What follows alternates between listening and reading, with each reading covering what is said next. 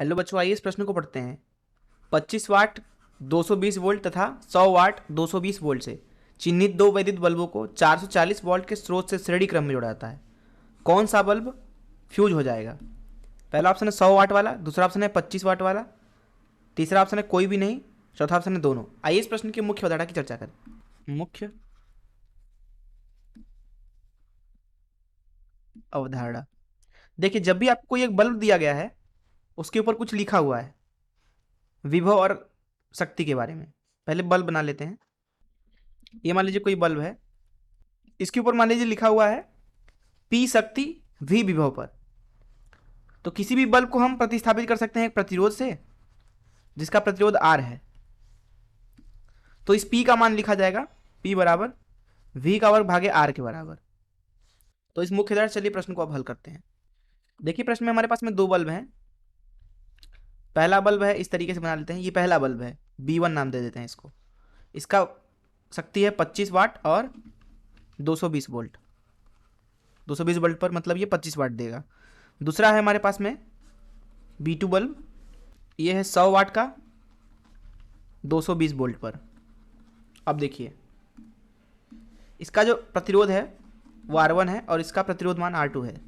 तो R1 को लिखा जाएगा R1 बराबर, यहाँ से आप देखें तो V1 का वर्ग भागे P1, तो 220 का वर्ग भागे P1 मतलब 25।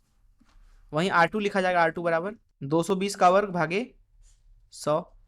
इसलिए R1 का मान लिखा जाएगा R1 बराबर 220 गुणे 220 भागे 25, और R2 लिखा जाएगा R2 बराबर 220 गुणे 220 भागे 100। अब देखिए, प्रश्न में हमसे कहा जा रहा है कि इन दोनों को श्रेणी क्रम में जोड़ दिया गया। तो इन दोनों को श्रेणी क्रम में हमने जोड़ दिया इस तरीके से 440 वोल्ट के स्रोत से। तो जो यहाँ पे विभवांतर है दोनों के परितः, ये कुल विभवांतर जो है उसको V बोल देते हैं। V का मान है 440 वोल्ट। दोनों में जो धारा है वो बराबर आएगी, श्रेणी क्रम में है। ये अपना बल्ब B1 है और ये B2 है। इसका प्रतिरोध R1 है, इसका R2। मान लीजिए B1 के परितः विभवांतर V1 है, B2 के परितः V2 है। तो यहाँ पे V का मान लिख सकते हैं V1 धन V2। अब देखिए, इसका तुल्य प्रतिरोध जो होगा इस तरीके से R1 धन R2 होगा। इसलिए बोल सकते हैं हम कि जो V होगा उसका मान लिखा जा सकता है, धारा I मान रखा है R1 धन R2, तथा V1 है यहाँ पे I R1 और V2 है I R2। V का मान हमें पता है तो I का मान लिख सकते हैं V भागे R1 धन R2, R1 धन R2। V का मान कितना है 440 भागे R1 धन R2। R1 ये रहा 220 गुणे 220 भागे 25 धन R2 ये रहा 220 गुणे 220 भागे 100। ये हो गया धारा। धारा का मान लिख सकते हैं हम।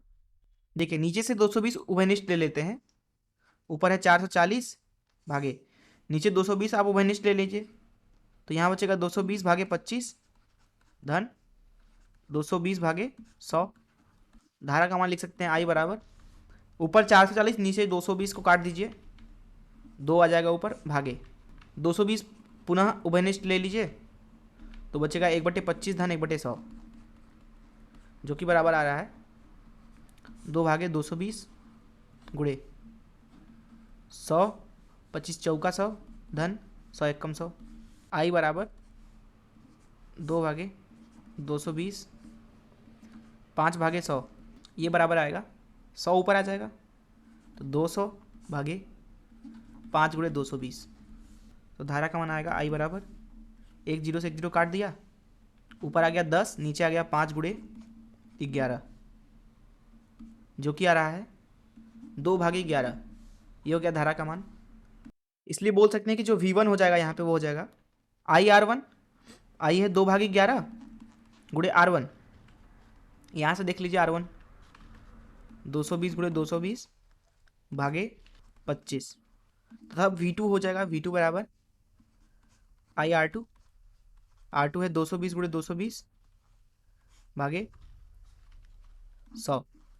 अब देखिए, जो ये V1 V2 है ये फ्यूज नहीं होंगे अगर V1 कम हो 220 वोल्ट से, 220 वोल्ट से, और V2 भी कम हो 220 वोल्ट से।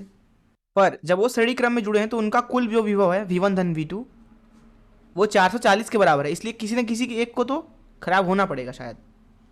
देखते हैं, ये भी 220 वोल्ट से कम होना चाहिए। और ये दोनों स्थितियां कब हैं? अगर कोई खराब ना हो, खराब मतलब फ्यूज ना हो।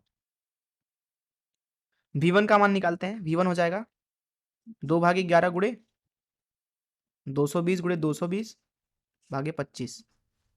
इसकी गणना करें आप, और V2 हो जाएगा 2/11 गुणे 220 गुणे 220 भागे 100। इन दोनों की गणना करते हैं तो V1 मिल रहा है हमें 352 वोल्ट। ये तो खराब हो गया। V2 निकालते हैं। V2 आ जाएगा 88 वोल्ट। ये कैसे पॉसिबल है भाई? इसको आप वेरीफाई भी कर सकते हैं, अर्थात यहाँ पे आप देखेंगे कि V1 और V2 अगर जोड़ दें तो 440 मिल रहा है, जो कि सही है। अब देखिए, जो बल्ब पहला वाला था उसके परितः विभवांतर 220 से कम होना चाहिए था, दूसरे वाले के परितः तो है ही कम, इसलिए जो पहला वाला बल्ब है वही खराब हो जाएगा, अर्थात 25 वाट वाला। तो इस प्रश्न का उत्तर बी सही होगा। मैं आशा करता हूँ कि आपको इस प्रश्न का हल जरूर समझ में आया होगा। धन्यवाद।